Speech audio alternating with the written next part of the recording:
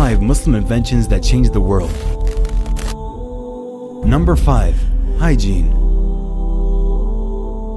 Washing and bathing are religious requirements for Muslims, which is perhaps why Muslims perfected the recipe for soap, which we still use today. They combined vegetable oils with sodium hydroxide and aromatics such as thyme oil.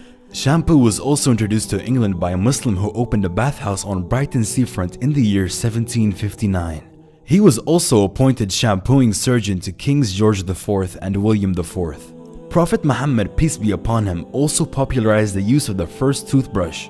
Using a brush-like twig from the miswak tree, it is known to clean the teeth and freshen the breath. Substances similar to the miswak are still used today in modern toothpaste. Number 4. Optics in photography. The ancient Greeks thought our eyes emitted rays, like a laser, which enabled us to see.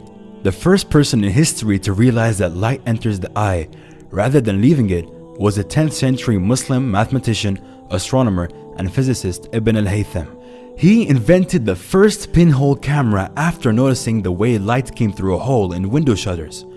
The smaller the hole, the better the picture. He worked out and set up the first camera obscura, from the Arabic word qamara, for a dark or private room.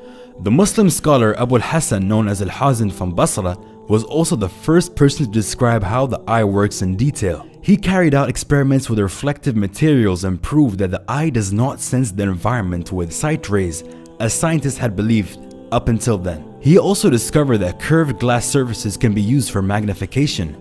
His glass reading stones were the first magnifying glasses ever made. It was from these that the glasses were later developed. Number 3. Hospitals and free healthcare.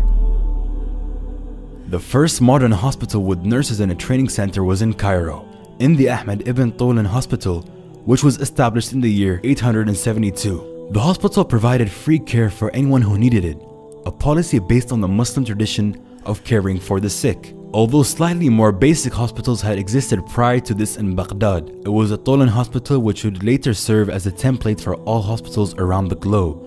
Soon after the creation of hospitals, around the year 1000, a Muslim doctor known as Al-Zahrawi published a 1,500-page illustrated encyclopedia of surgery that was used in Europe as a medical reference for the next 500 years. Number 2. Education. In the year 859, a young princess named Fatma al-Firhi founded the first degree-granting university in Fez, Morocco. Her sister Maryam founded an adjacent mosque, and together the complex became the Al-Qarawiyyin Mosque and University. Still operating almost 1,200 years later, the center is a reminder to people that learning is at the core of the Islamic tradition.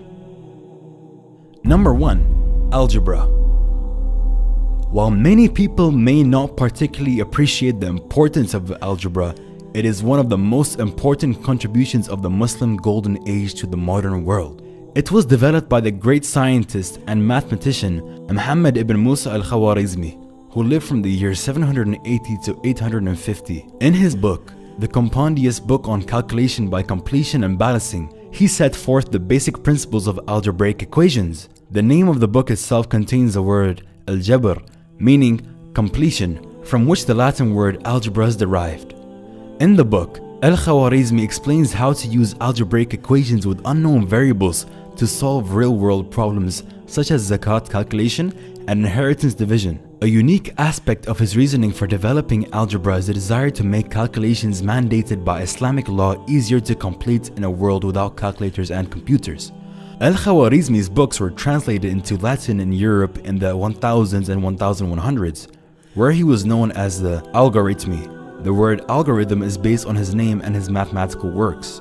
Without his work in developing algebra, modern practical applications of math, such as engineering, would not be possible. His works were used as math textbooks in European universities for hundreds of years after his death.